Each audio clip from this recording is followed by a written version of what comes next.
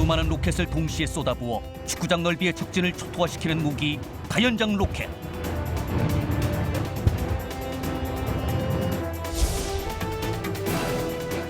이 위력적인 로켓 병기를 세계 최초로 개발한 나라는 다름 아닌 600여 년 전 조선이었다.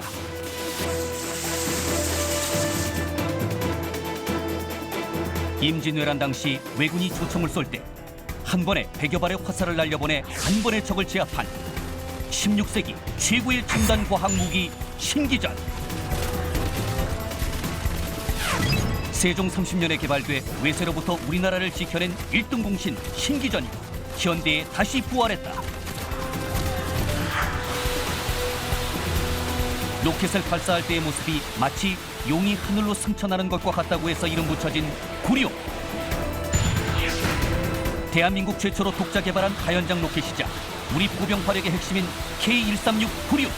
그 개발의 역사를 알아본다.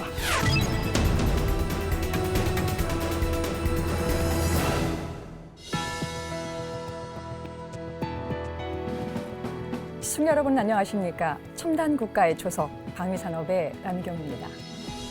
오늘부터는 신기전의 부활, 한국 최초의 다연장 로켓 구룡에 대해서 알아보겠습니다. 함께 하실 네 분 소개합니다. 먼저 37년 동안 국방과학연구소에서 로켓과 미사일 개발에 종사하신 박준복 연구원 나오셨습니다. 안녕하십니까? 박준복입니다. 역시 국방과학연구소에서 35년간 근무하셨고 현재는 한화종합연구소에서 고문으로 계신 심우전 기술고문 나오셨습니다. 네, 안녕하십니까? 심우전입니다. 네, 주식회사 한화의 서혁 상무 나오셨습니다. 예, 안녕하십니까? 서혁 상무입니다. 마지막으로 월간 볼레틴의 홍희범 편집장 함께 하시겠습니다. 예, 안녕하십니까? 홍희범입니다. 네, 오늘도 귀한 시간 내주셔서 고맙습니다. 이제 오늘 참석하신 이제 네 분의 패널 중에 이제 세 분이 이제 처음 나오시기 때문에요. 그 세 분께서 이제 각자 다양한 그 경험으로 이 다연장 로켓 구룡과 좀 인연을 좀 맺으셨을 텐데요. 간략하게 자기소개 시작하면서 토론 이어가겠습니다. 먼저 우리 심우전 기술고문께서 시작해 주시죠. 저는 1975년도에 국방과학연구소에 입소해서 처음에는 발칸포를 개발하다가 다음에 구룡 사업에 참여해가지고 구룡 사업에서 여기서 이 그림에서 보시는 발사대를 개발 책임을 맡았습니다. 그리고 구룡 사업을 마친 다음에 단거리 지대공 유도무기 체계인 천마 체계 개발과 그리고 중거리 지대공 유도무기 체계인 천궁 체계를 개발하고 현재는 한화에서 유도무기 체계 개발에 대한 기술을 자문하고 있습니다. 예, 오랫동안 또 같이 근무하셨었군요.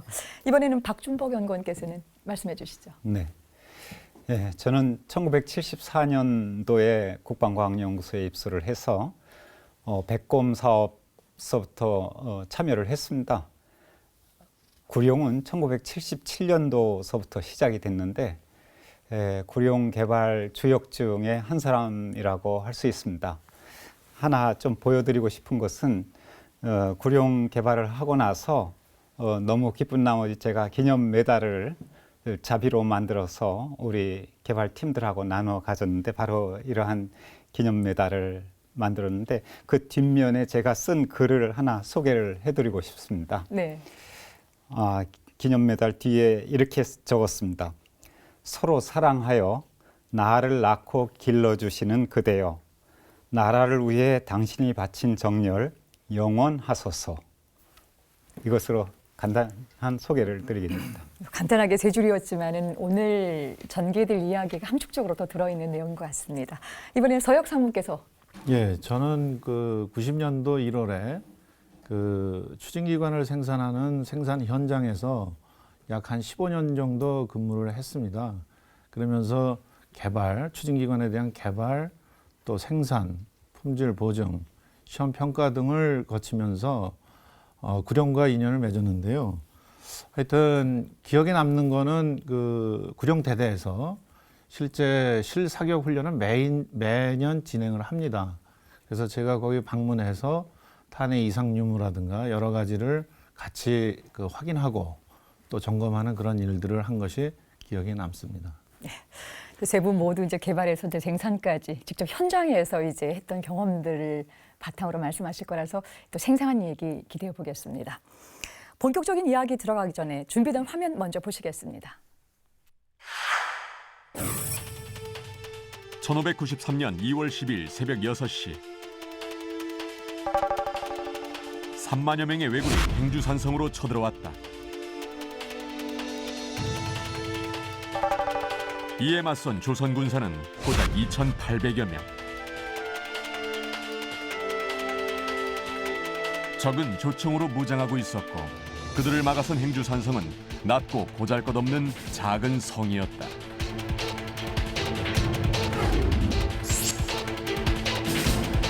그런데 12시간에 걸친 전투의 승리는 조선군에게 돌아갔다.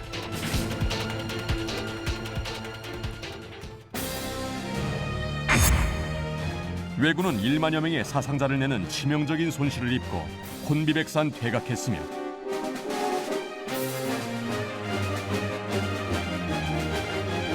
개전 이후 1년여 동안 시종 열세를 면치 못하던 조선은 이 승리로 육상에서도 반격의 기세를 잡는다.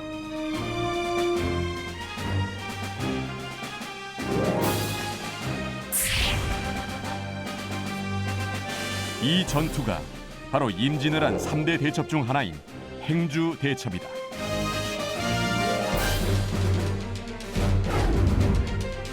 그런데 어떻게 권율 장군의 조선군은 10배가 넘는 왜군을 물리칠 수 있었을까?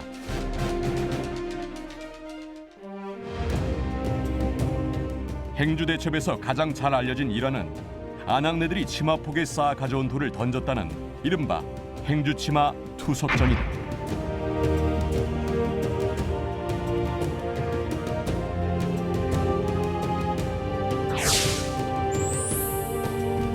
이 일화는 민군과 남녀가 한마음으로 전쟁에 임한 자주국방의 모범 사례로 지금까지 회자되고 있다.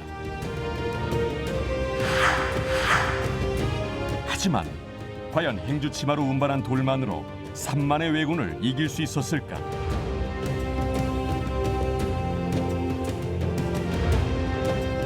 사실 행주대첩에는 행주치마 일화에 가려진 신무기가 있었다.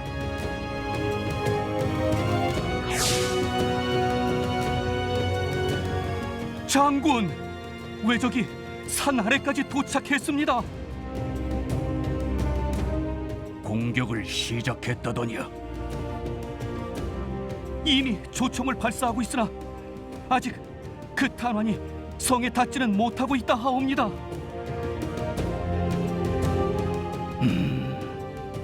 우리가 조총 소리에 겁을 먹기를 바라는 것이겠지. 우리 화차들은 장전을 마쳤느냐? 이미 준비를 마쳤습니다. 그리고 왜적의 선봉대가 한마장 안으로 접근했다 하옵니다.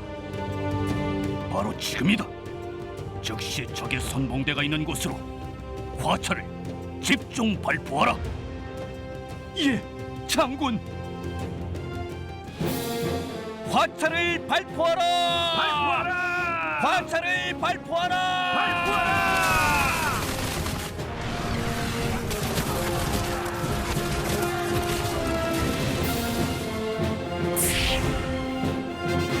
(3만 대 2,800) 그 절대적 열세를 뒤집은 조선군의 주 무기는 바로 40여 대의 화차. 최대 500m의 사거리와 엄청난 폭발력까지 갖춘 신기전은 사거리 100m짜리 조총으로 무장한 왜군을 초토화시키기에 충분한 무기였으며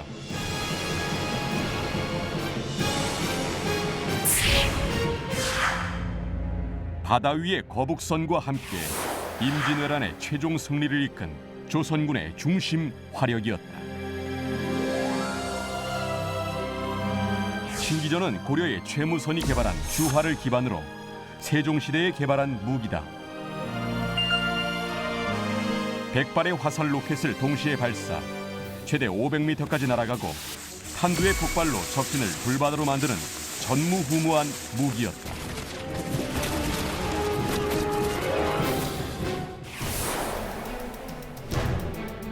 많은 무기 전문가들이 조선의 신기전을 세계 최초의 다연장 로켓이라 평가한다.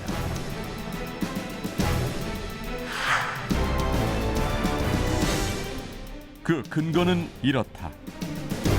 우선 중국에서도 로켓류를 만들었다는 기록은 있지만 현재 원형 그대로 복원이 가능한 것은 조선의 신기전이 유일하다.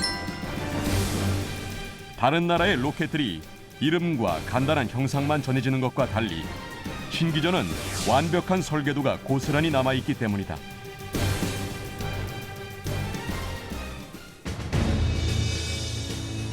성종 5년에 간행된 국조 올해의 설해에 병기도설에 실려있는 설계도를 보면 신기전의 추진체 길이와 상세한 수치까지 일일이 기록되어 있다.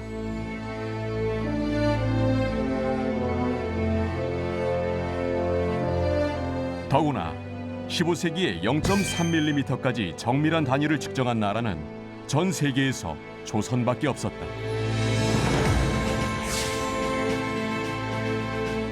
세계우주공학회 IAEF도 신기전의 설계도를 세계에서 가장 오래된 로켓 설계도로 공인하고 있다. 더구나 신기전은 단순히 화약을 사용하여 추진하는 것에 그치는 것이 아니라 화약 탄두를 장착한 로켓이었다.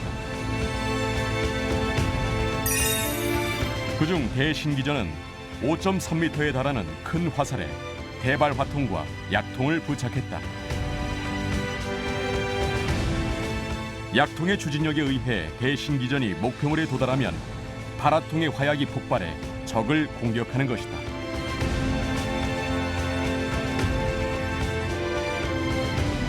그리고 이러한 원리는 구룡을 비롯 현대의 거의 모든 다연장 로켓에도 적용되고 있다.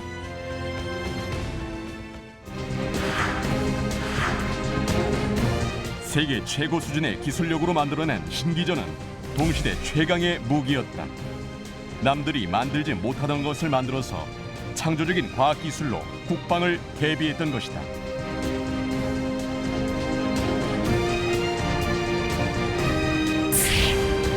스스로의 힘으로 전쟁에 대비하는 자주국방의 철학, 세상에 없는 무기로 적을 압도하는 창의력, 600년 전 신기전이 우리에게 남긴 위대한 유산이다. 이제 아무래도 이제 백곰 이야기부터 이제 시작을 해야 될 것 같은데요. 박준복 박사님, 74년도 이제 ADD 국방과학연구소에 들어가셔서 이제 백곰 개발에도 이제 참여하신 걸로 알고 있습니다. 우리나라 이제 방위산업 역사에서 이제 신화적인 또 그런 개발팀에 들어가서 일을 하셨는데요. 이 국내 최초의 유도탄을 만드는 과정에서 지금 이제 가슴 깊이 어떤 남는 이야기들 어떤 것이 좀 있을까요? 돌아보면 백곰의 그 공식적인 개발 착수는 1974년 5월입니다. 네. 그때 이제 저도 연구소에 입소를 했는데 그 시작한 1974년은 그야말로 미사일을 개발하기에는 황무지와 같은 그러한 어떤 장비도 없고 시설도 없는 그런 상황이었습니다. 그래서 각 분야에서 모두가 시행착오를 하며 헤매고 있었는데 1974년 9월 추진기관의 지상연소 시험 측정을 한번 해보기로 했습니다. 그때 사건이 잊혀지지 않아서 오늘 조금 소개해드리고자 합니다. 네. 그 유도탄을 개발하려면 그 자동차 엔진에 해당하는 추진기관, 그 로켓 모터라고 또 하는데 그 추진기관을 만들어야 하고 만들고 난 추진기관을 연소시험 측정 평가하는 것이 기술이 필요합니다. 그래서 추진기관 개발 단계의 한 단계로서 국내에서 획득할 수 있는 미국제 지대공 미사일 호크 추진기관을 하나 획득을 해서 지상연소 시험 평가를 해보기로 했습니다. 아무 시설도 없었기 때문에 전방에 있는 그 사격 시험장 그 한켠에 임시로 지상연소 시험대를 만들고 측정을 해보기로 해서 이제 그날 9월 정확한 날짜는 기억이 안 나는데 9월 임시 시험대에 추진기관을 장착을 하고 점화를 했습니다. 성공적으로 점화돼서 시뻘건 불길을 내뿜으면서 굉음을 내면서 연소 성공을 해서 모두가 박수를 치며 성공 축하를 하려는 순간 그 추진기관이 시험대를 이탈해 버렸습니다. 그 불붙은 추진기관이 긴 불꽃을 내면서 이리저리 날뛰기 시작했죠.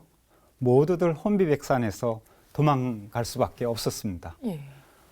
그런데 다행히도 그 추진기관이 큰 사고를 일으키지 않고 뺑뺑이를 돌면서 연소하다가 마침내 연소 종료됐고, 그걸 본 수많은 연구원들이 간담이 서늘해서 우리가 개발하려고 하는 것이 얼마나 위험하고 어떻게 만들고 시험대를 어떻게 설계를 하고 해야 하는가 하는 것을 아주 뼈저리게 실감하는 그런 사건이 기억이 납니다. 역시 그런 또 그 위험에 관련된 안전이 또 기본적으로 바탕이 좀 돼야 되는데요. 그렇다고 한다면 이제 백곰 개발 경험이 이후 이제 다연장 로켓 이 구룡 개발에 좀 영향을 좀 끼쳤겠죠? 어땠습니까? 당연합니다. 방금 말씀드린 그런 추진기관의 설계 제작이나 시험 평가나 하는 그 기술, 시험 시설 이런 것들은 구룡이나 백곰이나 다 공통적인 기술이고 시설입니다. 그래서 백곰에서 개발한 그러한 기술 시설들이 구룡 개발에도 그대로 활용이 됐고 연구소든 방산업체든 다 공통으로 그렇게 잘 시너지 효과를 내면서 활용했죠. 예, 그렇군요. 네, 서혁 선생님, 이제 우리 프로그램에서 기존에 이제 유도무기나 이 그 자주포를 다룬 적은 있었었는데요. 이번에 이렇게 다연장 로켓은 처음으로 다루거든요. 그래서 시청자들의 이해를 좀 돕기 위해서 간략하게 어떤 것이다라고 좀 설명을 좀 해주시죠. 예. 이 다연장 로켓 체계는 기록으로 보게 되면은 1930년대 이제 독일에서 먼저 개발한 걸로 나와 있고요. 그 이후에 이제 구소련을 중심으로 한 동구권에서 이제 상당히 그 체계를 발전시켜 왔습니다. 그래서 그 이후에 이제 제2차 세계대전을 겪으면서 그 위력이 이제 충분히 입증이 됐고, 그 이후에 세계 각국에서는 앞다퉈 이제 다연장 로켓 체계를 이제 실전 배치하게 됩니다.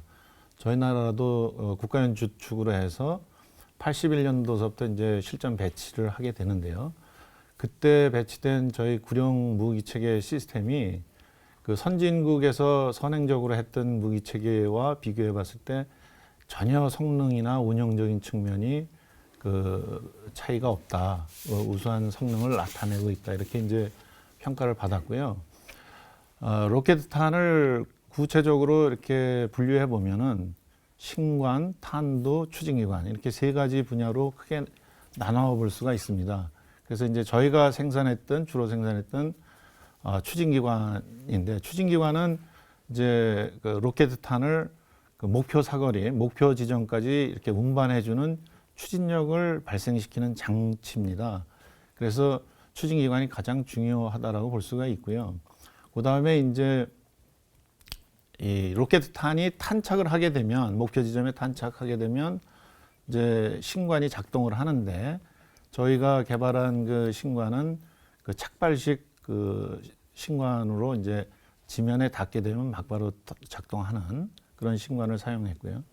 그다음에 이제 신관이 터짐으로 해서 장착된 탄두가 기폭을 하게 되는데, 국간에서 개발한 탄두는 두 가지로 지금 그 운영이 되어 왔습니다. 하나는 그 고폭 탄두, 그러니까 장비나 그 물자를 파괴할 수 있는 고폭 탄두가 한 종류가 있고, 그다음에 인마살상을 목적으로 했던 그 세열 탄두가 있습니다. 그 세열 탄두는 그 탄체 내면에 약 한 16,000개 정도의 스틸볼이 장착됨으로써 아주 그 살상 피해 효과가 상당히 우월한 그런 것을 개발했고, 이제 중요한 추진기관은 저희가 운영했던 추진기관은 두 가지 종류가 개발돼서 운영이 됐습니다. 첫 번째로 81년도에 개발한 추진기관은 저희가 보통 구룡환 기본형이라고 이렇게 표현을 하는데, 그 사거리, 최대 사거리가 23km 정도를 그 날아갈 수 있는 그런 재원을 갖고 있습니다. 그다음에 88년도에 개발해서 배치됐던 개량형 추진기관은 최대 사거리 36km까지 비행할 수 있는 그런 성능을 갖고 있습니다. 좀 차분하게 설명해 주시는데 전체가 이제 그려지는 것처럼 좀 말씀을 좀 주셨는데요. 홍희범 편집장님, 예. 이 그 다연장 로켓이 처음 실전에 등장한 것이 언제이고요? 예. 또 그것이 어떻게 이 발전돼 왔는지 대략적인 역사를 좀 설명해 주시죠. 예. 이게 지금 다연장 로켓이 처음 실전에 등장한 거는 현대적인 개념으로 보자면은 1941년에 독소 전쟁, 즉 독일이 소련을 침공했을 때입니다.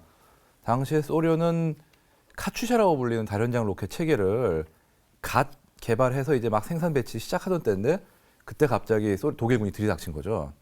이게 소련이 이걸 개발한 이유가, 사실 소련은 그 스탈린 시절에 굉장히 포병에 중점을 두긴 뒀는데, 문제는 당시 소련의 어떤 기술력이나 어떤 교육 수준이란 게, 포는 어떻게 금방 만들 수 있을지 몰라도 그걸 운영하는 포병들은 사실 단기간에 대량으로 양성이 힘듭니다.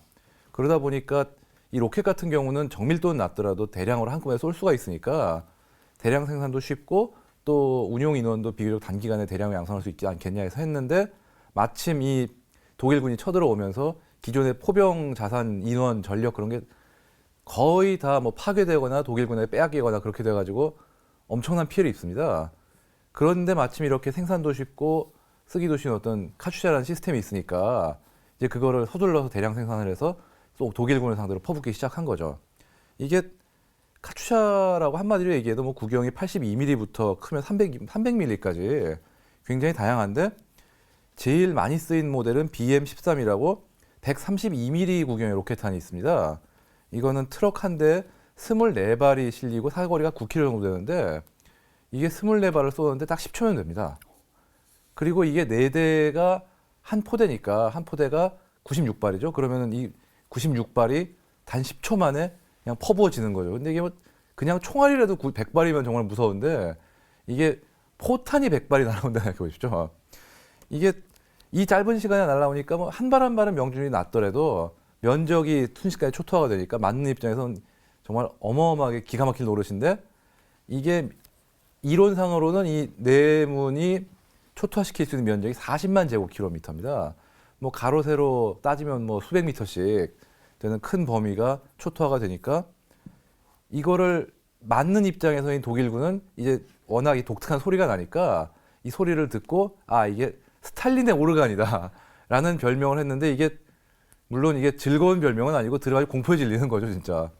물론 독일군도 독일이 기술이 떨어진 건 아니라서 또 금방 유사한 무기 체계를 실전에 투입했고, 이게 또 미군 상대로 써가지고 미군은 또 미군대로 이거를 별명이 어떻게 번역해야, 울부짖는 미미, 즉 울부짖는 한 여자라는 그런 뜻으로 했는데, 그게 또 쏠 때 소리가 아주 째는 듯한 소리가 납니다. 이게 이건 참 말로 표현하기 힘든 소리인데, 예. 그런 소리를 듣고 이런 식으로 독특한 별명을 붙여서 공포에 대응이 됐습니다. 명중률은 떨어지더라도 한꺼번에 많이 떨어지고, 또 워낙 한 발 한 발의 위력이 크니까 이게 일반 포탄보다 안에 들어있는 작약량은 더 많습니다. 그러니까 폭약의 양이 더 많습니다. 그렇기 때문에 살상 반경도 높고, 그래서 맞는 입장에서 굉장히 고통스럽죠, 아무래도. 그래서 2차 대전 중에도 큰 위력을 떨쳤는데, 이게 말씀하신 대로, 아까 그 서상님께서 말씀하신 대로 동구권 중심으로 특히 뭐 2차 대전 끝난 뒤에도 60, 70년대까지 쭉 발전이 되다가, 미국도 이제 70년대 정도에 이게 기존의 포병 체계를 보조할 내지는 더 강화할 어떤 수단으로 로켓을 쓰자 그래가지고 M270 MLRS라는 그 독자적인 다연장 로켓 체계를 만듭니다. 이것은 구경이 작은 걸 대량으로 쏘는 게 아니라 227mm 구경이 한마디로 굵은 거를 딱 12발을 갖고 다닙니다. 근데 굵고 사용 타작은 적지만 대신에 그 안에 여러 발의 자탄이 들어있어가지고 한 발만으로도 아주 넓은 면적을 초토화시킬 수 있는 그런 개념이죠. 이게 걸프전 때 이라크군 상대로 발사가 됐는데 그때 이라크군이 이거를 맞으면서 붙인 별명이 강철의 비입니다. 뭐 순식간에 넓은 면적이 초토화가 돼 버리니까 그때 이라크군이 뭐 전차부터 시작해서 진지까지 입은 피해가 굉장히 크죠. 그리고 이 MLRS 같은 경우는 현재 국군도 보유하고 있고 또 2003년 이라크전에서도 아주 위력을 발휘해서 현재까지도 지금 미군의 중요한 무기 체계 중 하나가 되고 있고요. 또 우리뿐 아니라 소련도 여기에 지지 않고 또 어떤 뭐 240mm, 뭐 300mm 이런 식으로 굉장히 구경이 큰 그런 대형 장사정 로켓포를 개발해서 사용하고 있고 또 북한도 유사한 체계를 지금 실전 배치해서 전 세계적으로 많은 나라가 이런 로켓 무기를 쓰고 있다고 보시면 됩니다.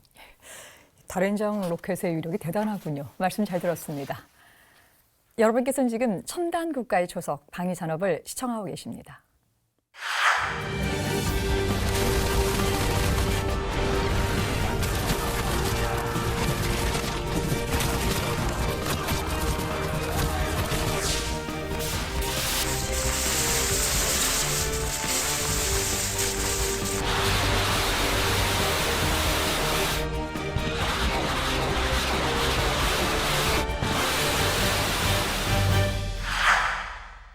네, VCR 영상 잘 봤습니다. 저희가 오늘 제목을요, 신기전의 부활, 이 다련장 로켓 구룡이라고 정했습니다. 우리 전통 무기 중 조선시대에 개발된 이제 신기전을 두고서요, 이제 세계 최초의 다련장 로켓이다라고 이제 평가하기도 합니다. 홍익범 편집장님, 예. 이 지금 이제 짧은 영상을 통해서 소개가 이제 됐습니다만, 이 조선의 신기전을 정말 세계 최초의 다련장 로켓으로 봐도 되겠습니까? 어떻습니까? 일단 로켓 그 자체로만 보면은 신기전보다 훨씬 먼저 전쟁에 사용된 기록이 많이 있습니다. 예. 뭐 이거는 중국에서 먼저 썼고 이미 사실 신기전이 조선에서 실전 배치가 됐을 무렵엔 이미 유럽에서조차 로켓을 전쟁에 쓰긴 썼습니다. 그런데 이게 중요한 거는 그냥 로켓을 쓰냐 아니면 로켓을 많이 쏘냐가 아니라 신기전은 어떤 화차라는 어떤 체계화된 발사대, 기동형 발사대에 이거를 여러 개를 묶어서 발사하는 그런 체계입니다. 한마디로 지금 어떤 그냥 단순히 로켓을 쏘는 거가 아니라 기동화와 체계화가 결부된 어떤 근대적인 다련장 로켓 시스템의 개념을 우리가 제일 먼저 도입을 한 거죠. 사실 이게 굉장히 중요한 게 그 전에 로켓을 쏜다 그러면은 발사대는 따로 현장에 나무 같은 거 깎아서 만들고 그 다음에 로켓은 따로 가져와가지고 또 그게 올려놓고 불 붙이고 그런 식으로 해야 하기 때문에 실질적으로 기동해서 쓸 수 있는 무기라는 게 아닙니다. 굉장히 불편하고 번거롭고 시간 걸리고. 근데 화차 같은 경우는 그야말로 그 화차라는 거를 로켓 그 불화살을 잔뜩 신기전을 잔뜩 장전한 상태로 그냥 끌고 와서 그 자리에서 쏘고 그냥 가져갈 수 있으니까 이거는 어떻게 보면 굉장히 획기적인 거죠. 그런 면에서 보면은 이거는 그냥 로켓이 아니라 다련장 로켓이다라는 어떤 개념으로 충분히 세계 최초라고 주장할 만한 가치가 있다고 봅니다. 이제 물론 이제 신기전의 기술을요, 이제 구룡이 이어받았다고는 할 수는 없지만요. 당대 최강의 무기를 개발한 것이나 아니면 대한민국이 이 다련장 로켓을 개발하는 이 과정적인 부분들은 서로 또 닮아 있다고도 볼 수가 있겠습니다. 이제 그런 측면에서 신 고모님, 이 자주국방과 이 방위 산업의 측면에서도 지금 이와 같은 닮은 이야기가 좀 생각할 부분이 좀 있을 것 같은데요. 어떻게 보십니까? 우리가 역사적으로 보면 알 수 있듯이 힘이 있는 자들에게는 남들이 감히 엿보지 못해왔지 않습니까? 그래서 바로 이 힘이 국력이라고 생각합니다. 지난 세계 1, 2차 대전에서 가장 최강대국으로 발전한 나라가 미국이지 않습니까? 미국이 결국은 그 방위산업 발전에서 최강국이 됐다 해도 과언이 아닐 겁니다. 이처럼 방위산업은 국력의 근간이 되기 때문에 이런 전략적 산업으로 발전을 해야 된다고 봅니다. 그리고 우리는 특히 남북이 대치하고 있는 상태이기 때문에 더더욱 자주 국방을 실현을 하기 위한 그 방위산업 발전에서 국가 안보에 필수적인 그런 과제라고 볼 수 있습니다. 그래서 어떤 그 범국민적인 공감대를 바탕으로 해서 안보와 그리고 국방 그리고 경제 발전이라는 일석삼조의 효과를 거둘 수 있는 힘을 모아야 한다고 보고 있습니다. 단순하게 국가 방위뿐만 아니라 경제 부분까지 또 이제 일석삼조 부분을 우리가 봐야 된다는 말씀을 좀 모아 보고요. 또 이제 시대를 초월했던 신무기니 신기전의 어떤 그런 그 자족방의 계보를 이어받아서요. 어쨌든 이제 구룡에 대한 부분을 본격적으로 좀 토론을 좀 해봐야 될 것 같은데요. 김슬 고모님, 우선 이제 우리가 시청자들의 이해를 돕기 위해서요. 구룡이 갖고 있는 재원, 특징, 또 장점이 있다라고 한다면 어떤 것들을 꼽을 수 있을까요? 네. 구룡 체계는 그 36발의 로켓 포탄을 18초 이내에 발사할 수 있습니다. 이렇게 발사하면은 대략 축구장의 한 그 여러 개의 그런 면적을 그 일시에 그 초토화시킬 수 있는 그런 무기입니다. 만약에 여러 대의 그 발사대를 가지고 한 번에 발사를 한다면 훨씬 더 넓은 지역을 보다 더 효과적으로 어떤 무력화시킬 수 있는 거죠. 이렇게 되면 그 대량 화력을 한 번에 적의 그 중요한 표적을 무력화시킬 수 있는 그런 무기라고 볼 수 있습니다. 발사대는 그 5톤 차량에 탑재해가지고 뛰어난 기동 성능을 가지고 있습니다. 그리고 로켓은 직경이 130mm고 길이가 약 한 2.4m, 무게는 약 60kg 정도로서 우리 장병이 다루기에 적합한 수준으로 개발을 했습니다. 그리고 로켓의 주요 성능은 앞서 서상무님께서 말씀하셨지만 추진제입니다. 이 추진제는 공상권에서는 주로 성능이 낮은 그 복귀 추진제라는 걸 사용하는데 구룡에서는 여러 가지 화합 물질을 그 혼합한 혼합 추진제를 사용해 가지고 동급 수준에서는 사거리 면에서 굉장히 성능이 좋습니다. 그리고 획기적인 그 여러 가지 아이디어를 사용해서 탄착 정확도가 매우 우수합니다. 그리고 그 외에 앞서 설명이 있었습니다만 그 신관 성능이랄지 또는 탄두 이력 이런 것들의 많은 장점과 특징을 가지고 있습니다. 특히 35여 년간의 그 군에서 지금까지 운용한 결과로도 알 수 있지만 안전성이 매우 우수하다고 말할 수 있습니다. 네, 말씀 잘 들었습니다. 이제 우리나라 이제 비공산권 국가 중에서도요, 무척 빠르게 이제 다련장 로켓 개발에 좀 나섰거든요. 이 당시 이제 이 무기 체계 이 개발 과정에서 이렇게 빨리 서둘렀던 이유가 어디서 좀 찾아볼 수 있을까요? 이번에 이제 박 박사님께서. 네. 아시다시피 한국과 미국 모두 월남전에서 같이 싸웠지 않습니까?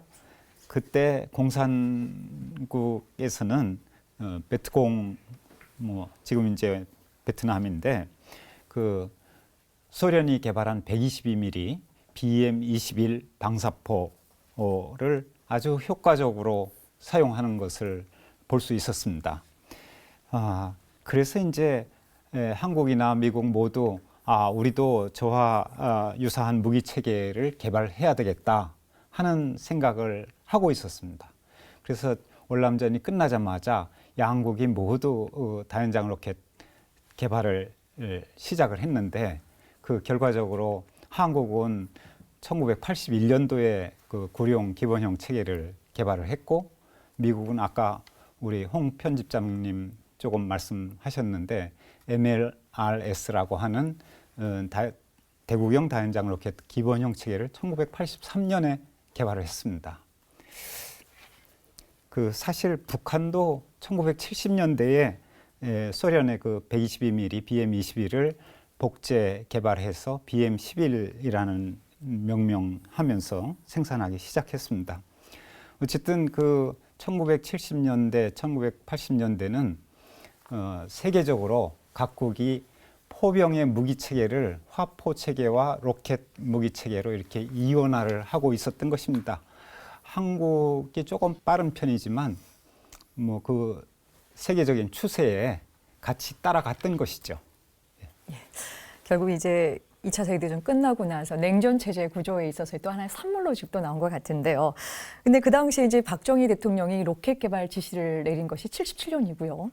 이제 기한은 백곰 시연회가 있을 때까지 78년까지, 즉 이제 1년 정도밖에 기한을 주지 않았었는데 이 지시를 받고 나서 그 당시에 이제 이 국방과학연구소 분위기가 뭐 심상치 않았을 것 같은데 그 당시 분위기를 좀 한번 좀 말씀해 주시죠. 예, 제가 말씀드리죠. 그야말로 아주 황당한 당황스러운 그런 분위기였었죠. 그런데 뭐 대통령께서 그렇게 지시하시는 것에 대해서 거역할 수는 없는 거고 그 지상 명령으로 받아들이고 긴급 계획을 세우게 되었습니다. 그래서 시간이 부족하니까 심사숙고 검토하면서 설계를 잘 할 수는 없었고 경험도 없으니까 빨리 해야 되기는 하고 그때 이제 그야말로 한국인 특유의 그 빨리빨리 정신으로 그야말로 대충대충 설계를 해서 도면도 스케치 도면을 먼저 만들어야 되지 않습니까? 그냥 그걸로 정식 도면 없이 가서 제작해서 조립해보고 시험해보고 아 이거 이렇게 바꿔야 되겠구나 해서 재설계하고 이렇게 시간을 벌었죠. 단축하면서 이렇게 개발하게 되었습니다. 그렇게 이 지시 개발을 받고 굉장히 또 황당했었다라고 하는 말씀을 좀 주셨는데요. 이번에 심우전 기술부님은 어떤 것을 회상할 수 있을까요? 예, 그때 아마 심정은 그 누구나 다 똑같았을 것입니다. 한마디로 막막했지요. 그러나 반드시 할 수 있다는 그런 그 확신을 갖고 그 날밤을 새면서 앞만 보고 달려갔던 기분이었습니다. 그 당시에는 통행 금지가 있었기 때문에 12시간 넘으면 집에를 못 갔습니다. 밤을 새면서 이제 회사에서 있었던 그런 기억이 나는데요.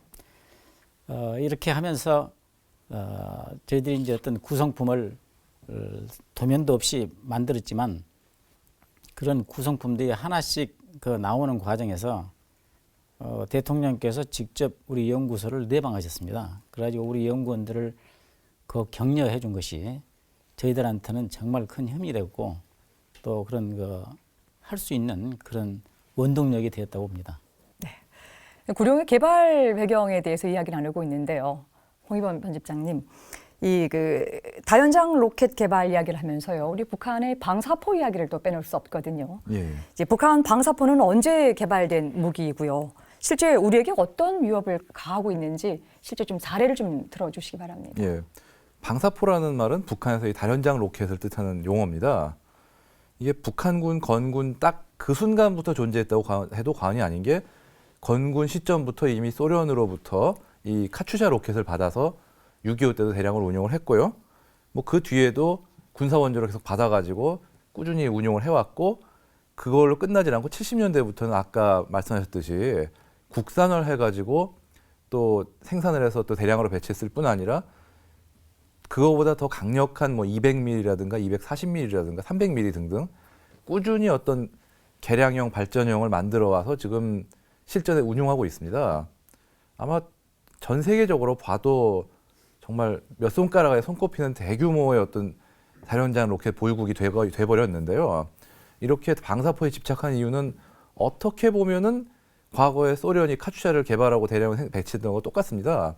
단시간에 막대한 화력을 퍼볼 수 있는 어떤 수단을 최대한 적은 비용으로 갖추려는 그건데 사실 화포를 같은 화력을 발휘할 수 있게 생산하고 배치하고 하려면 일단 돈 들고 시간 들고 노력 들고 뭐 등등 엄청난 어떤 자원과 노력이 필요합니다.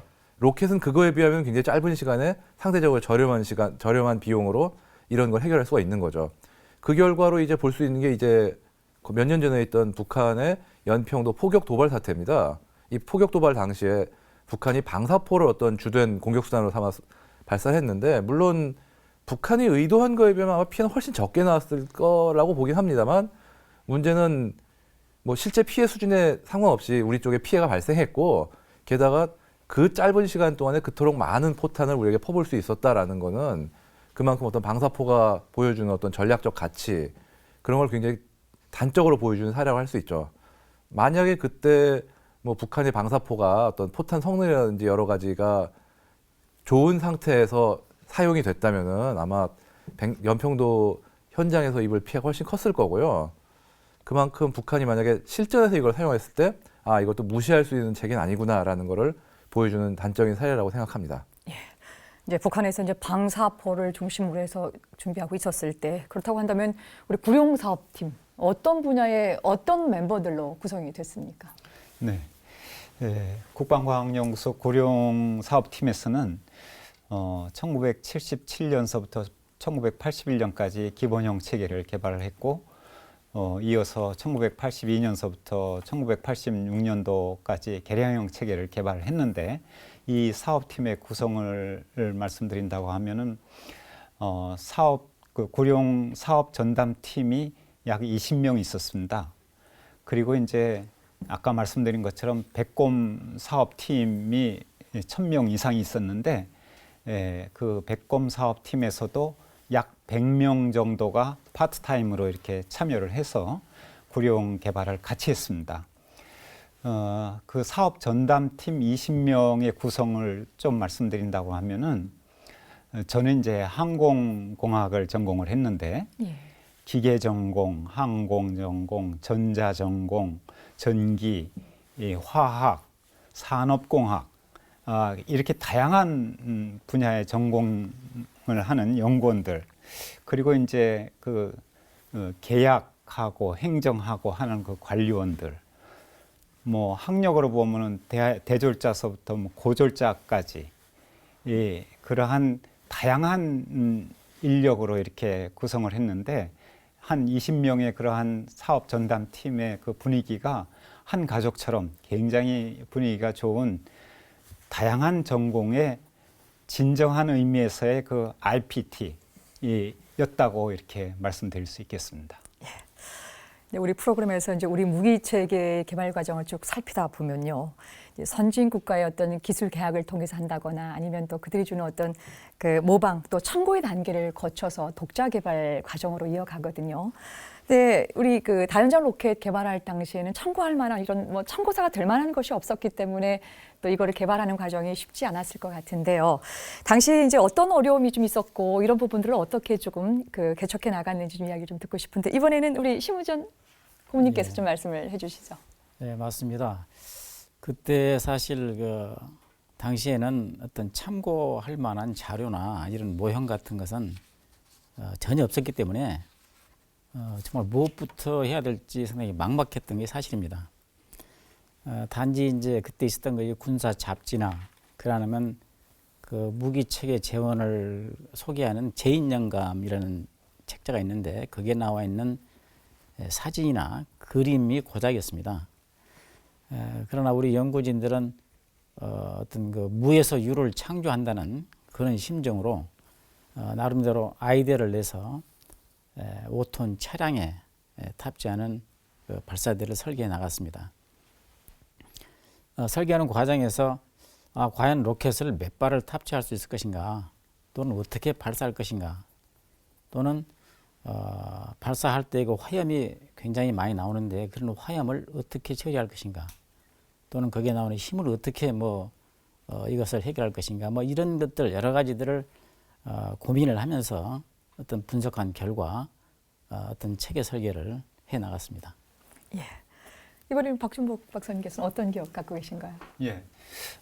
심우전 박사님 방금 말씀대로 참고할 수 있는 자료가 전혀 없었습니다.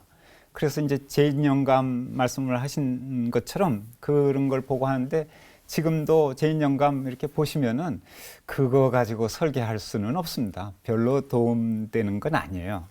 근데 이제 그거밖에 없는 그런 백지 상태에서 설계 개발을 한다는 것이 참 어려웠죠.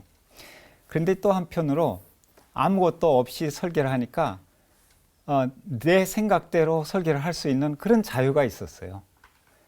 그렇지만 그 자유는 전적으로 책임을 100% 책임져야 하는 그런 자유였고, 그래서 자기가 설계한 것이 내가 지금 가고 있는 길이 옳은 길인지 혹시 나중에 완전히 실패하는 길은 아닌지 그런 고민을 늘 하면서 잠 못 이루는 날이 참 많았었습니다. 하지만 그때 저도 20대에서부터 시작을 했으니까 모두가 젊었고 잘 모르니까 용감할 수 있지 않습니까?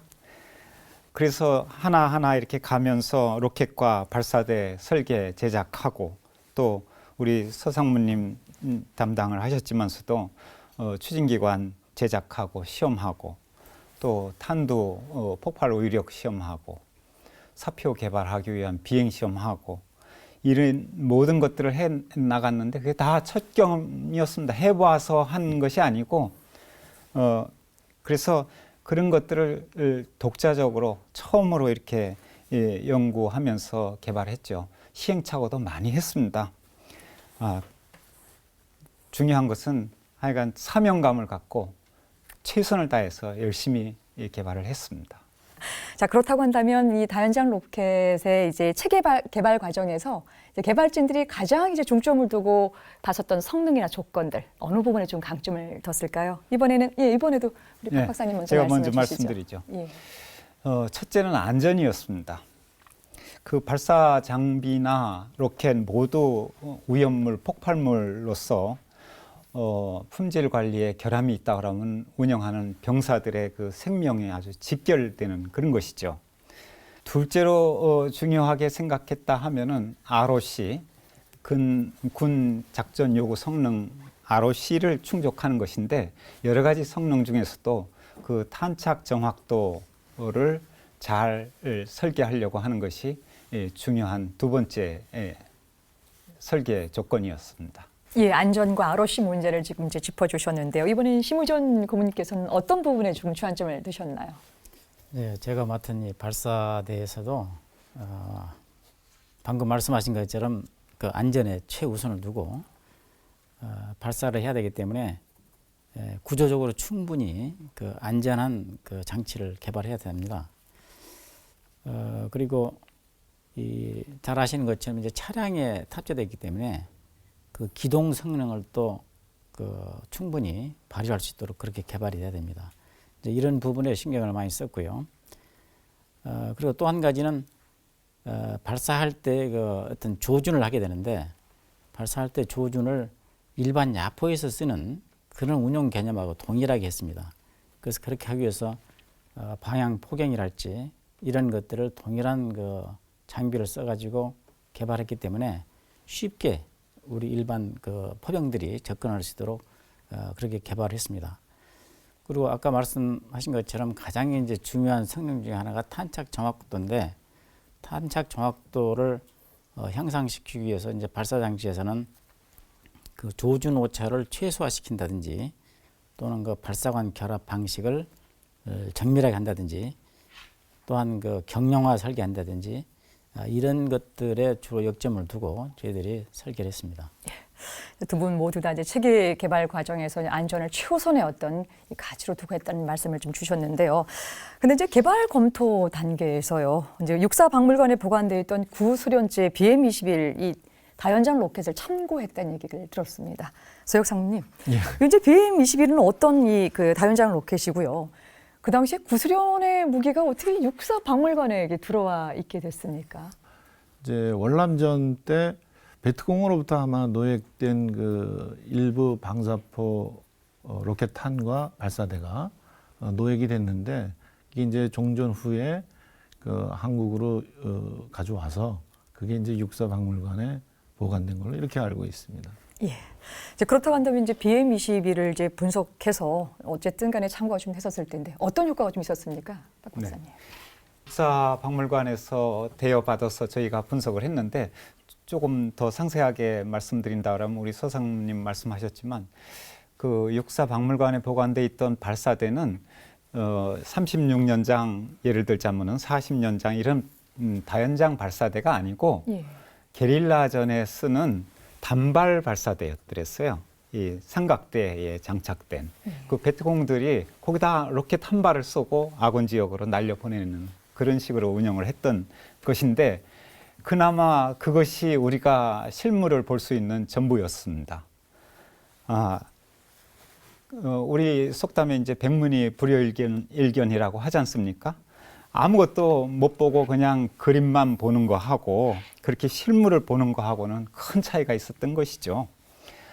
막상 그렇게 실물을 보니까 첫 소감은 굉장히 단순하다, 그런 느낌을 받았습니다. 그렇지만 분해하고 세세히 검토를 해보면서 소련 사람들이 설계를 굉장히 잘했구나.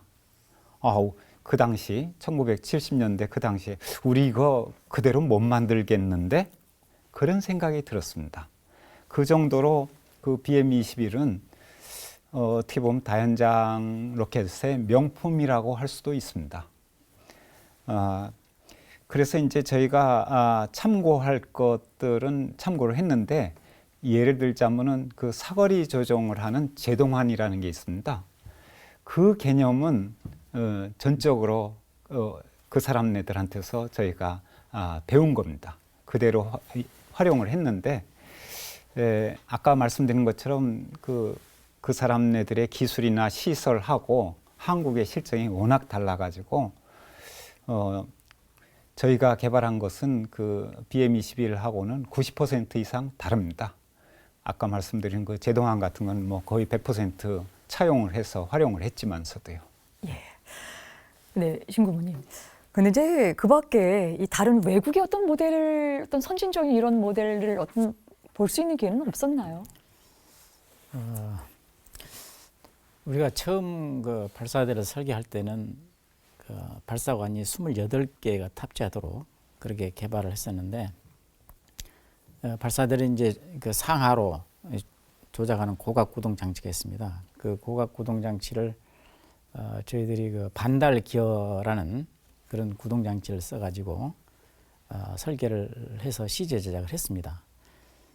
그렇게 제작을 해가지고 각종 실험을 하다 보니까 상당히 그 유격이 심합니다. 심하니까 앞서 설명드린 것처럼 뭐 탄착 정확도가 나쁘다든지 이런 악영향을 다 미칠 수가 있습니다. 그래서 이게 그 적합한 설계 방법이 아니다. 이렇게 이제 생각을 했었는데, 당시 발사대 연구 그 책임을 맡은 현역 장교 한 분이 있었습니다. 이분이 마침 그 독일의 포병 부대를 방문할 기회가 있었습니다. 그 포병 부대에서 운영하고 있는 LARS라는 라스 110mm 그 발사 장비를 견학을 하고 왔습니다. 단지 이제 견학을 하고 와가지고 눈으로만 보고 그 장비를 보고 왔는데, 이걸 참고해가지고 우리도 좀 더 그 로켓 탄을 더 올릴 수 있지 않겠냐 해가지고 어떤 설계를 부분적으로 변경을 해서 최종적으로는 36발을 탑재할 수 있도록 그렇게 개발한 적이 있습니다. 예. 이제 그렇게 해서 개발된 한국의 다연장 로켓 구룡은 과연 어떤 무기이고요? 당시대 이 다연장 로켓에 비해서 어떤 특징을 갖고 있는지 좀 궁금하고요. 그리고 이제 이 무기 개발이 우리의 자주 국방과 방위 산업에 어떤 영향을 끼쳤는지 오늘 이제 두 분께 마무리 말씀 듣겠습니다. 먼저 홍희범 편집장께서. 사실 방위 산업을 이제 막 일구려는 나라들이 참 많은 나라들이 공통적으로 하는 것 중에 하나가 로켓 개발입니다. 사실 로켓은 아까 앞서 말씀드렸듯이 화포를 개발하는 것보다는 비교적 쉬워 보이고, 또 일단 개발을 한 다음에 효과가 크기 때문에 여러 나라들이 굉장히 쉽게 생각하고 덤비는데, 문제는 보기에 쉬운 거하고 실제로 쉬운 건 전혀 다른 문제인 거죠. 그나마 이렇게 국산을 시도한 나라들이 막상 이거를 성공한 나라 자체가 생각보다 많지가 않고, 설령 초기엔 성공을 했다고 생각해도 이게 장기적으로 그 결과가 이어져 가지고 꾸준히 발전하고 새로운 걸 계속 만들고 이렇게 하는 나라가 거의 없습니다. 뭐 제가 알기에만 해도 뭐 스페인이라든가 뭐 요르단이라든가 뭐 이라크라든가 뭐 어지간한 나라들 치고 이런 다연장 로켓 한번 시도 안 해본 나라들이 없습니다. 근데 지금 이런 나라들 중에 그나마 어떻게 좀 지속적으로 발전을 하고 또 몇 단계 앞서간 그런 개념으로 발전시킨 나라가 뭐 우리나라 외에 정말 몇 나라 안 될 겁니다. 그만큼 이게 쉽지 않은 걸 저희가 한 거고, 또 이거 구룡을 성공시킴으로써 해서 어떤 발생하는 방위 산업 전반의 파급 효과가 굉장히 큽니다. 당장 뭐 추진체라든가 그런 기타 기술들이 현재 미사일 개발에 그대로 이어지는 것들이고요. 거기에 또 이걸 성공시킴으로써 해서 이제 하면 되는구나. 어떤 자신감을 심어준 어떤 그런 것도 크고요. 왜냐하면은 다른 야포라든지 그런 거는 그래도 미국제 야포라는 어떤 기본 베이스가 있었지만 이거는 실질적으로 베이스 없이 새로 만든 거지 않습니까? 그만큼 제 생각에는 어떤 그때 개발하셨던 분들이 느꼈을 어떤 자신감, 어떤 자부심이 굉장히 크지 않았을까 그렇게 생각을 합니다. 물론 제가 직접 알 수는 없겠지만, 예. 맞는 말씀입니다. 예. 예. 이번에 서혁 사무께서 예. 이제 돌이켜 보면은 1980년대 초의 이야기인데요. 이 시대에 우리 국내 국방 기술의 수준을 보면은 뭐 지금과는 하늘과 땅 차이의 그런 어떤 상당히 열악한 상태였다고 이렇게 볼 수가 있습니다. 그럼에도 불구하고 이러한 구령 무기 체계를 그 당시에 이렇게 개발해서 운영했다라는 그 측면은 세계적인 다연장 체계하고 성능이나 운영적인 측면을 비교해봐도 충분히 대등 내지는 우월한 그런 무기 체계였다라고 이렇게 이제 평가할 수 있고, 이러한 구령 무기 체계를 독자 국내에서 개발함으로써 저희 방위 산업에 미치는 영향이라 하면은 여러 가지를 들 수 있는데, 추진기관이라든가 로켓 체계를 국내 전용 생산 라인을 구축할 수 있었고, 그것을 바탕으로 후에 미국의 이제 MLRS를 기술 도입하는 과정에서도 상당히 로열티라든가 라이센스 피를 상당히 저감시키는 그런 효과도 있었고요. 또한 최근에 저희 한화가 개발해서 실전 배치했던 천무 유도탄 다연장 체계, 이런 것들의 기초 기술이 충분히 됐다라고 이렇게 자평하고 있습니다. 아울러서 최근에 이제 국방과학연구소를 중심으로 첨단 유도 무기들이 상당히 많이 발전하고 있는데 그런 초석이 되었지 않았나 이렇게 생각을 합니다. 네. 오늘 네 분 말씀 감사합니다. 15세기 최고의 첨단 무기 신기전, 시대를 앞서 도전한 다연장 로켓 구룡 개발, 과연 어떻게 됐을까요? 다음 이 시간에 이어가겠습니다. 끝까지 함께해 주셔서 고맙습니다. 안녕히 계십시오.